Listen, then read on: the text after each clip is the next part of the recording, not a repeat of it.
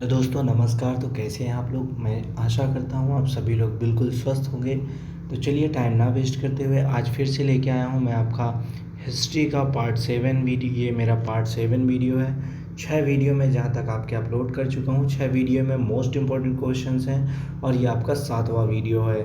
तो 7वां वीडियो जो है आपका हिस्ट्री का है और इसमें आपके 20 क्वेश्चन का सेट है। ये पूरा 20 क्वेश्चन का सेट है और ये सभी कम्पिटिटिव एग्ज़ाम के लिए मोस्ट इंपॉर्टेंट है। यानी आने वाली यूपी ट्रिपल एस सी से भर्तियाँ जितनी भी आएंगी, जैसे कि हो गया आपका उत्तर प्रदेश की पुलिस कांस्टेबल की भर्ती, उत्तर प्रदेश की एसआई की भर्ती और एसएससी जीडी की भर्ती या लेखपाल की भर्ती या वीडियो की भर्ती, तो उन सभी के लिए मोस्ट इंपॉर्टेंट क्वेश्चंस हैं ये। चलिए टाइम ना वेस्ट करते हुए फर्स्ट क्वेश्चन से स्टार्ट करते हैं। अगर आपने अभी तक इसको लाइक या सब्सक्राइब नहीं किया है तो सब्सक्राइब जरूर कर लीजिएगा और साथ में लाइक भी कर लीजिएगा और बेल आइकन दबा दीजिएगा ताकि आपको मेरे सारे नोटिफिकेशन और नए नए वीडियो के नोटिफिकेशन मिलते रहें। चलते हैं फर्स्ट क्वेश्चन से स्टार्ट करते हैं। फर्स्ट क्वेश्चन है, चंद्रगुप्त मौर्य के गुरु एवं महामंत्री थे। तो चंद्रगुप्त के गुरु एवं महामंत्री कौन थे? तो वो थे चाणक्य। अब चाणक्य की बात करूं तो चाणक्य को मैकियावेली भी कहा जाता है। क्या कहा जाता है? भारत का मैकियावेली चाणक्य को कहा जाता है। और चाणक्य से दो बातें और बता देता हूँ आपको कि चाणक्य को विष्णुगुप्त और कौटिल्य भी कहा जाता है। क्या कहा जाता है? विष्णुगुप्त और कौटिल्य भी चाणक्य को ही कहते हैं। चलते हैं अगले प्रश्न की तरफ। यहाँ पे आपको क्वेश्चन नंबर 122 दिया हुआ है, 122, यानी भारत का मैकियावेली किसे कहा गया है? तो वो कहा गया है चाणक्य को। ये मैं आपको बता चुका हूँ। चलता है अगले प्रश्न की तरफ। अगला प्रश्न देखते हैं आपका। अगला प्रश्न है आपका, चाणक्य, विष्णुगुप्त या कौटिल्य रचित अर्थशास्त्र पुस्तक किस पे है? तो ये पॉलिटिक्स पे लिखी हुई है। किसके ऊपर लिखी हुई है? प्रशासन के ऊपर लिखी हुई है। तो ये आपका बहुत इंपॉर्टेंट है और अर्थशास्त्र पुस्तक पूछी जाती है कि अर्थशास्त्र के लेखक कौन है। तो याद रखिएगा कि अर्थशास्त्र के लेखक चाणक्य हैं। तो वहाँ पे ऑप्शन आपके विष्णुगुप्त भी हो सकता है, कौटिल्य भी हो सकता है। तो आप लोगों को याद रखना है, ये क्वेश्चन मोस्ट इंपॉर्टेंट है और ये क्वेश्चन आपका उत्तर प्रदेश की कांस्टेबल भर्ती 2019 में पूछा जा चुका है। तो चलिए अगला प्रश्न देखते हैं। अगला प्रश्न है आपका, चंद्रगुप्त ने जैन धर्म की शिक्षा ली थी। तो चंद्रगुप्त ने जैन धर्म की शिक्षा किससे ली थी? तो वह ली थी भद्रबाहु से। किससे ली थी? भद्रबाहु से। अगला प्रश्न देखते हैं। अगला प्रश्न है आपका, चंद्रगुप्त मौर्य के दरबार में आने वाला प्रसिद्ध यूनानी कौन था? तो चंद्रगुप्त के दरबार में आने वाला प्रसिद्ध यूनानी था मेगास्थनीज था। कौन था? मेगास्थनीज। और मेगास्थनीज ने जो है अपने भारत यानी इंडिया से प्रभावित होकर उसने एक पुस्तक की रचना की थी जिसे इंडिका का नाम दिया था उसने। चलते हैं अगले प्रश्न की तरफ। अगला प्रश्न देखते हैं आपका, चंद्रगुप्त की मृत्यु कब हुई थी? यानी चंद्रगुप्त की मृत्यु हुई थी। तो यहाँ पे आप ऑप्शन देख लीजिए। ऑप्शन है, ऑप्शन नहीं है, सॉरी, यहाँ पे आपका उत्तर दिया हुआ है 298 ईसा पूर्व श्रवणबेल गोला में हुई थी, जो कि कर्नाटक में स्थित है। और इनकी मृत्यु किस कारण हुई थी? तो वह हुई थी उपवास द्वारा। इन्होंने उपवास रखा था जिसके कारण 298 ईस्वी में श्रवणबेल गोला में इनकी मृत्यु हो गई थी। चलते हैं अगला प्रश्न देखते हैं। अगला प्रश्न क्या है आपका?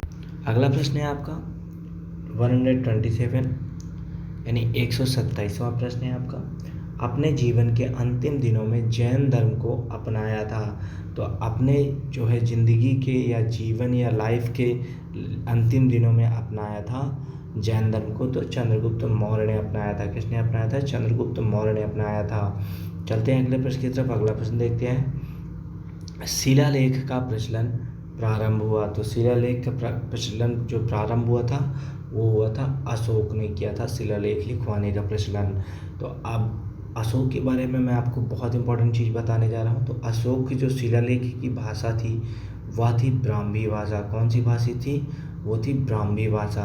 और ब्राह्मी भाषा में यानी अशोक के शिलालेख को सर्वप्रथम किसने पढ़ा था? तो वो पढ़ा था जेम्स प्रिंसेस ने। किसने पढ़ा था? जेम्स प्रिंसेप ने पढ़ा था। चलते हैं अगले प्रश्न की तरफ। अगला प्रश्न देखते हैं आपका, अशोक ने धम्म स्वीकार किया था। तो अशोक ने धम्म स्वीकार किया था तो वो कलिंग युद्ध के बाद किया था। कलिंग युद्ध कब हुआ था? 261 ईस्वी पूर्व हुआ था कलिंग युद्ध।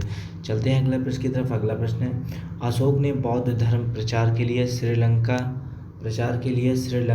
भेजा था। किसको भेजा था? महेंद्र को भेजा था एवं संघमित्रा को भेजा था। अगला प्रश्न है, अगला प्रश्न, अशोक का राज्याभिषेक हुआ था? तो अशोक का राज्याभिषेक कब हुआ था? 269 ईस्वी में, ईसा पूर्व में हुआ था अशोक का राज्याभिषेक। अगला प्रश्न है, अशोक का सबसे लंबा स्तंभ है? तो अशोक का सबसे लंबा स्तंभ है 7वां। चलते हैं अगले प्रश्न की तरफ। अगला प्रश्न देखते हैं आपका। अगला प्रश्न है आपका, अशोक का नाम अशोक है? तो यह हमको किससे पता चला है कि अशोक का नाम अशोक है? तो यह पता चला है मास्की एवं गुर्जर्रा अभिलेखों में से। जो मास्की अभिलेख है वह आंध्र प्रदेश में रखा हुआ है, एवं जो गुर्जर्रा अभिषेक है वो मध्य प्रदेश में रखा हुआ है।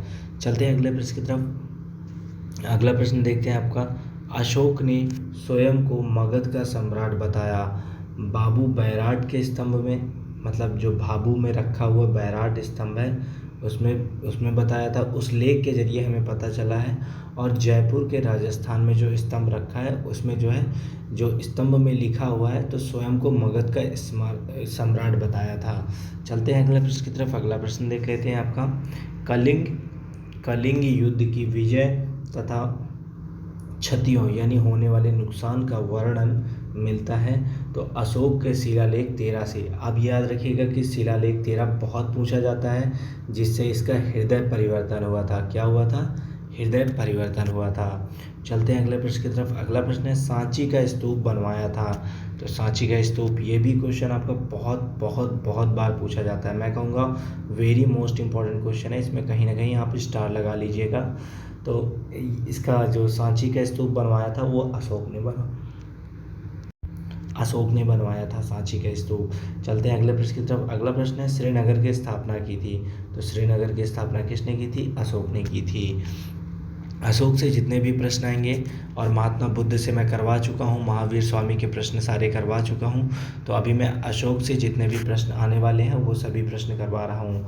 तो अशोक के अभिलेखों की खोज 1750 ईस्वी में हुई थी, जिसमें सर्वप्रथम किसने किया था? जो अशोक के अभिलेखों की खोज थी उसकी खोज जो है किसने किया थी? तो इसने की थी टी फैंथलर ने की थी। किसने की थी? टी फैंथलर ने 1750 ईस्वी में की थी।